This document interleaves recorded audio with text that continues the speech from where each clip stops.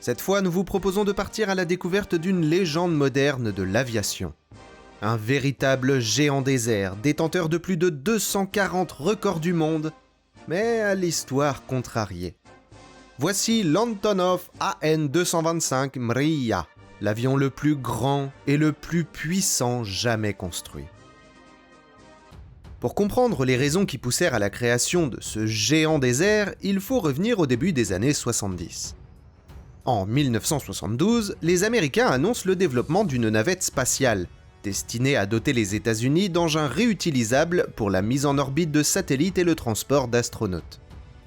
Si l'objectif annoncé est principalement de faire des économies, en Union soviétique, on ne voit pas les choses de cette façon. Au sein de l'armée et du gouvernement soviétique, on en est persuadé. Il s'agit d'un camouflage pour un programme militaire. Paranoïa de la guerre froide oblige, certains pensent que la navette pourrait servir à capturer les satellites espions soviétiques. D'autres estiment qu'elle permettra de mettre en orbite des armes laser capables d'intercepter les missiles soviétiques. Et pour les plus alarmistes, ce serait en réalité un bombardier nucléaire spatial, capable de frapper l'URSS depuis une altitude impossible à intercepter. Bref, les soviétiques ne comptent pas se laisser piéger par ce qu'ils perçoivent comme une ruse américaine. Ils auront leur propre navette. Dès 1973, Leonid Brejnev, dirigeant de l'URSS de 1964 à 1982, valide le projet qui deviendra le programme Buran. Il obtient la priorité absolue, surpassant tous les autres programmes spatiaux soviétiques pour devenir le projet le plus ambitieux et le plus coûteux de leur histoire spatiale. Officiellement, bien sûr, il s'agit d'un programme entièrement pacifique. Et encore aujourd'hui, les capacités militaires exactes de Buran restent classifiées. Les spécifications techniques sont approuvées en novembre 1976. La production commence en 1980 et le premier prototype est prêt en 1984. En parallèle se pose la question du transport des Buran et de leur lanceur Energia jusqu'au cosmodrome de Baïkonour. Il faut savoir que les lanceurs spatiaux soviétiques sont historiquement limités dans leurs dimensions et donc dans leur performance par les contraintes imposées par le réseau ferroviaire. Mais cette fois, les dimensions de Buran et de son lanceur rendent impossible un transport par train. Pour trouver une solution, les soviétiques regardent alors ce que font les Américains. Dès 1976, la NASA utilise des Boeing 747 modifiés pour transporter ses navettes. Mais l'URSS ne possède aucun avion de ligne équivalent. En 1978, il est donc décidé de modifier 2 bombardiers stratégiques Myasishchev M4 pour remplir ce rôle. Le Myasishchev VMT effectue son premier vol en 1980. Mais il ne s'agit que d'une solution provisoire. Basé sur un avion conçu à la fin des années 50, il est limité en termes d'autonomie et de capacité d'emport. Or, il ne s'agit pas seulement de transporter la navette et son lanceur de l'usine jusqu'à Baïkonour, puis entre le site d'atterrissage et le complexe de lancement. Il faut également un appareil capable de rapatrier la navette depuis les aérodromes de secours en cas de problème. En effet, en cas d'anomalie ou d'impossibilité d'atterrir à Baïkonour, plusieurs sites de déroutement sont prévus à travers l'URSS, principalement à Simferopol en Crimée et l'aérodrome militaire de Korol, mais aussi à l'étranger, notamment à Cuba ou en Libye. La portée maximale de 3565 km du VMT pose alors de sérieux problèmes.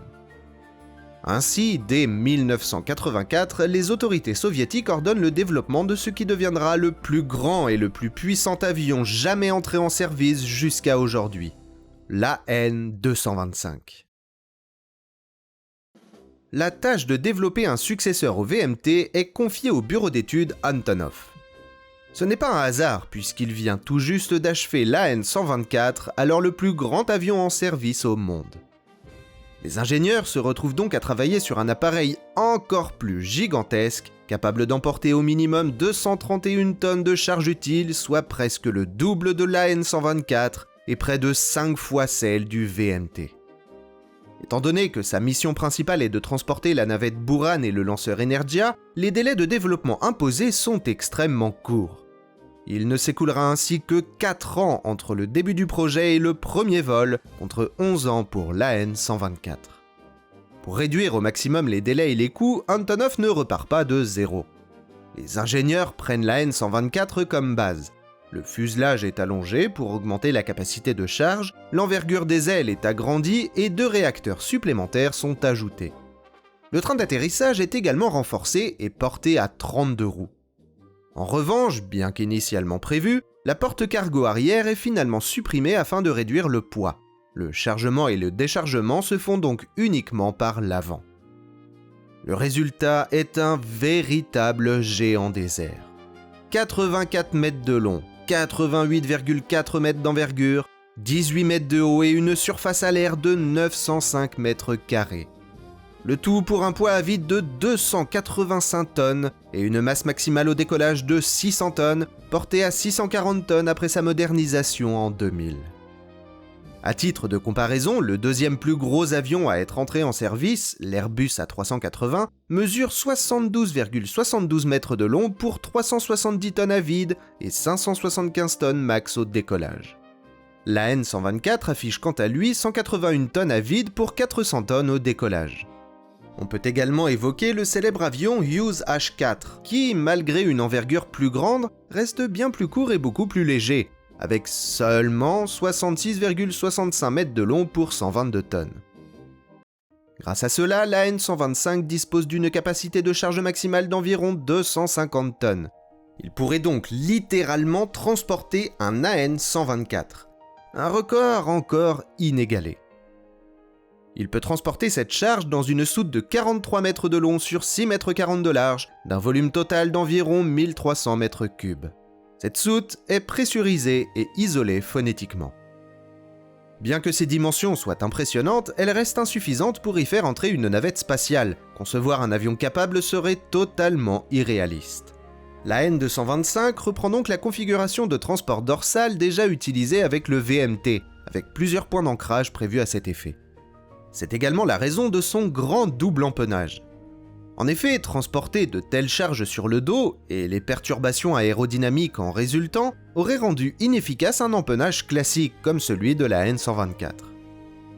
Pour propulser ce géant, il ne faut pas moins de 6 turboréacteurs D18T, soit 2 de plus que la N124, développant chacun 229 kN de poussée. Cela lui permet donc d'atteindre une vitesse maximale d'environ 850 km/h pour une vitesse de croisière de 800 km/h. Sans chargement mais avec les réservoirs pleins, ce qui représente tout de même près de 300 tonnes de carburant, son autonomie atteint environ 15 400 km, contre environ 4000 km avec une charge utile de 200 tonnes. En comparaison, le VMT ne disposait que d'une portée maximale de 3565 km, et la N124 environ 3700 km à charge maximale. Pour le faire fonctionner, il nécessitait un équipage de 6 personnes, 2 pilotes, 2 navigateurs et 2 mécaniciens. Notons que c'est moins que la N124 qui en demandait 8. On trouve également une cabine d'une vingtaine de places pour transporter du personnel, ainsi qu'une salle de repos équipée de couchettes pour les vols longue distance.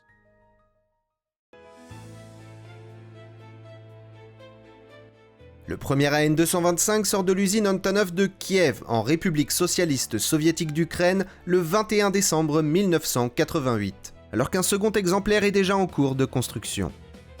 Il marque immédiatement l'histoire de l'aviation. Lors d'un même vol, le 22 mars 1989, il établit pas moins de 110 records du monde, dont celui du poids maximal au décollage avec 508 tonnes, celui de la charge utile la plus lourde avec 156 tonnes, ainsi que le record d'altitude avec charge atteignant 12 340 mètres. À la fin des années 80, le gouvernement soviétique cherche à rentabiliser ses coûteux programmes militaires. Ainsi, en 1989, le bureau d'études Antonov fonde la holding Antonov Airlines, spécialisée dans le transport aérien lourd international. En juin de la même année, la N225 fait sensation lors de sa première apparition hors URSS, au Salon du Bourget à Paris, portant la navette Buran. L'année suivante, il effectue 13 vols d'essai avec Buran dans la région de Baïkonour. Bien qu'il ait été spécialement conçu pour ce programme, ces essais resteront finalement sa seule contribution. Il faut dire que depuis le lancement du projet en 1973 et le premier vol de Buran fin 1988, la situation avait radicalement changé. En 1985, Mikhail Gorbatchev arrive au pouvoir en URSS.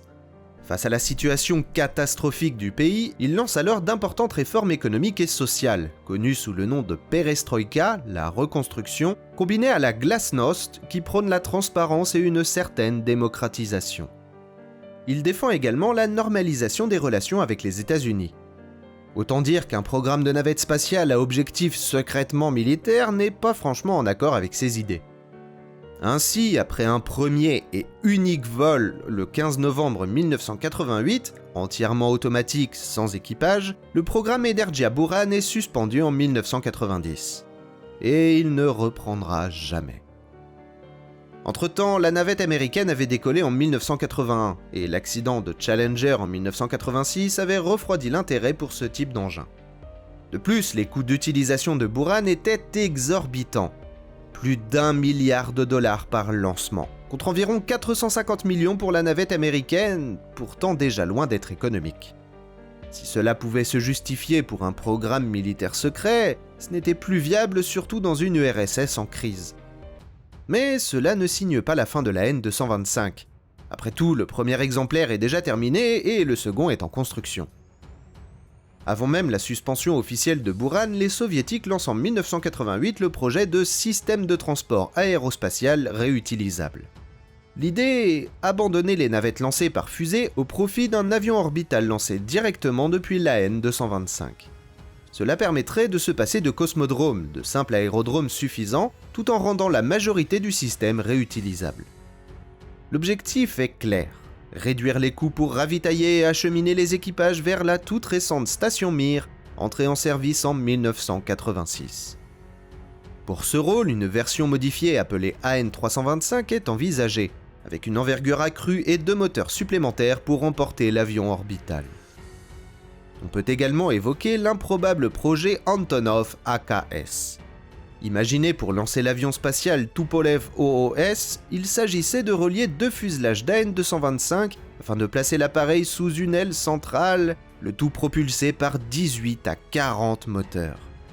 Un concept totalement démesuré, que même les autorités soviétiques jugèrent irréaliste, il resta donc sur le papier. L'idée de la N325 attire cependant l'attention des Britanniques.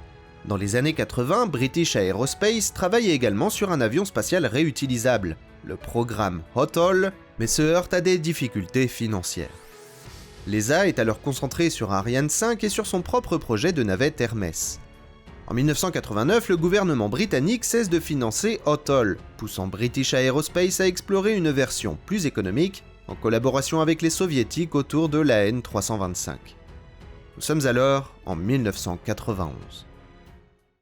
Le 26 décembre 1991, l'Union soviétique s'effondre brutalement, entraînant avec elle les projets d'avions et de navettes spatiales. La situation économique des nouvelles républiques indépendantes est catastrophique, et l'Ukraine ne fait pas exception. En 1994, Antonov Airlines est contraint de mettre en réserve l'unique AN225 opérationnel, dont les moteurs sont même retirés pour maintenir en vol les AN124 de la compagnie. Quant au second AN225 achevé à environ 70%, sa construction est immédiatement gelée. L'avenir du géant semble donc des plus incertains. Pourtant, les années suivantes, Antonov identifie un marché potentiel pour un avion cargo encore plus grand que la N124. Grâce à ses capacités uniques, la N225 peut transporter des charges hors gabarit et extrêmement lourdes, que lui seul peut acheminer par les airs vers n'importe quel point du globe. Après les difficiles années 1990, le Mriya est finalement remis en état et modernisé pour un usage civil. Sa soute est renforcée, augmentant la charge maximale, et il reçoit des systèmes modernes de navigation, de communication, d'évitement des collisions, ainsi que des dispositifs de réduction du bruit.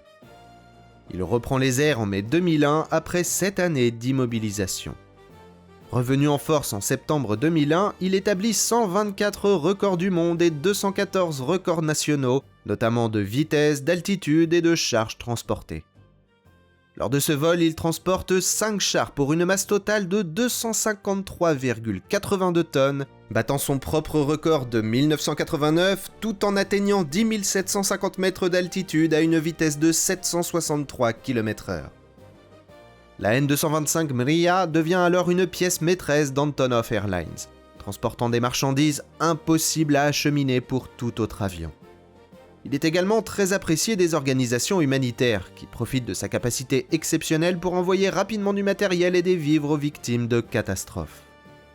Plus surprenant encore, il est aussi utilisé par l'armée américaine pour transporter du matériel de l'OTAN vers le Moyen-Orient, lors des différents conflits du début des années 2000.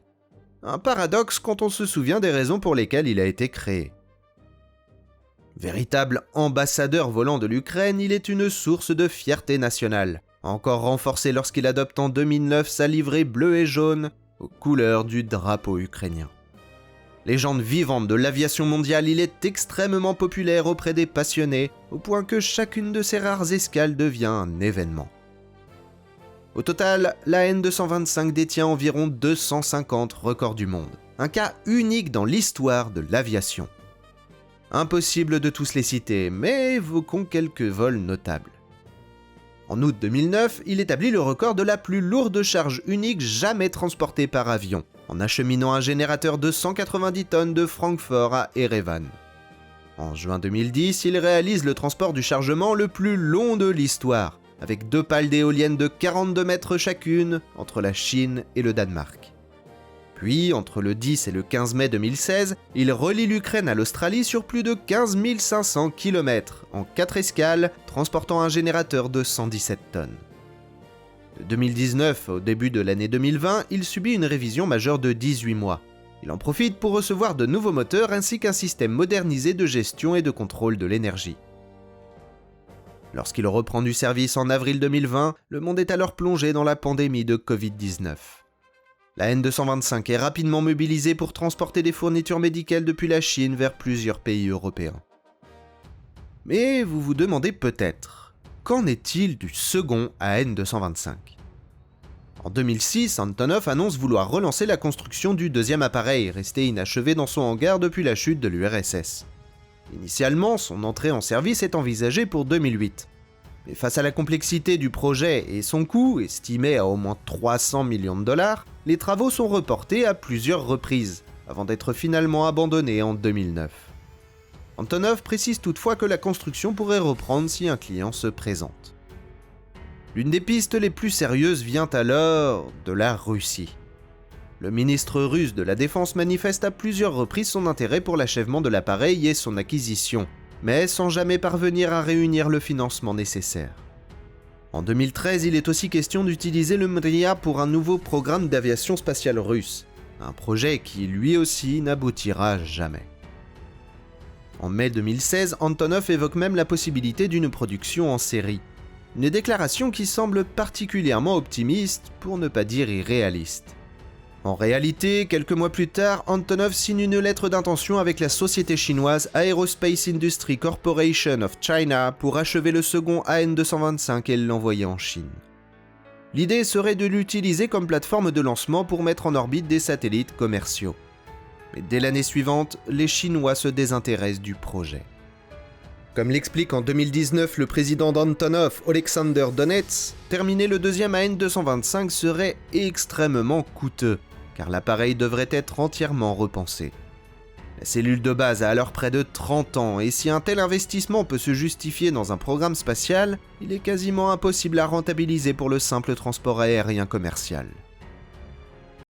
À partir du 5 février 2022, le Mriya est immobilisé pour maintenance à l'aéroport Antonov de Hostomel, près de Kiev. Les réparations s'achèvent le 23 février au soir. À ce moment-là, il est estimé que la N225 pourrait rester en service au moins jusqu'en 2033. Mais l'histoire en décida autrement. Le 24 février 2022, la Russie envahit soudainement l'Ukraine. En raison de sa position stratégique aux portes de la capitale ukrainienne, l'aéroport de Hostomel devient l'une des premières cibles des forces russes. Pendant plusieurs jours, les troupes ukrainiennes tentent de repousser un assaut héliporté massif visant à s'emparer de l'aéroport. Après des combats intenses et presque contre toute attente, les Ukrainiens parviennent à reprendre le contrôle de Hostomel, empêchant l'invasion de Kiev. Mais le rêve de l'Ukraine n'est plus. L'ancien géant des cieux gît à terre, mortellement mutilé. Face à l'état de ce symbole national, l'indignation est immense. La société Antonov annonce rapidement que la restauration du Mriya devient une priorité. En mai 2022, le président ukrainien Volodymyr Zelensky déclare que la reconstruction de la N225 sera un hommage à tous les pilotes ukrainiens tombés pendant la guerre. L'idée est alors de récupérer tout ce qui peut l'être sur le Mriya et de terminer le second AN225. Mais de nombreuses inconnues subsistent. On ignore ce qui peut être réellement sauvé sur Mriya, tout comme l'état exact du second exemplaire abandonné depuis plus de 30 ans et reposant sur des technologies soviétiques des années 80. En novembre 2022, Antonov Airlines, qui a perdu la quasi-totalité de sa flotte durant la guerre, confirme néanmoins son intention de reconstruire l'AN225 pour un coût estimé à environ 500 millions de dollars. En avril 2023, plusieurs responsables d'Antonov Airlines, dont l'ancien directeur de la société, sont officiellement inculpés dans leur rôle dans la perte du Mriya. Ils sont reconnus coupables d'avoir empêché la garde nationale ukrainienne de mettre en place des défenses à l'aéroport avant l'invasion, ainsi que de négligence professionnelle pour ne pas avoir évacué la N225 vers l'Allemagne, comme cela leur avait été ordonné. En décembre 2024, Antonov annonce avoir terminé l'évacuation des restes de Mriya afin de les mettre à l'abri. Il est désormais prévu de reprendre la construction de la N225 une fois la guerre terminée. Mais au moment où cette vidéo est réalisée, le conflit est toujours en cours et ne montre aucun signe d'apaisement. L'Ukraine aura-t-elle la capacité de porter un tel projet après une épreuve d'une telle ampleur ? Rien n'est moins sûr, et il y a de fortes chances que revoir un jour voler un AN225 ne reste qu'un rêve. Merci d'avoir regardé jusqu'ici. Si cette vidéo vous a plu, n'hésitez pas à poursuivre votre visite avec nos autres vidéos sur le même thème. Et pour ne rien manquer, pensez à vous abonner.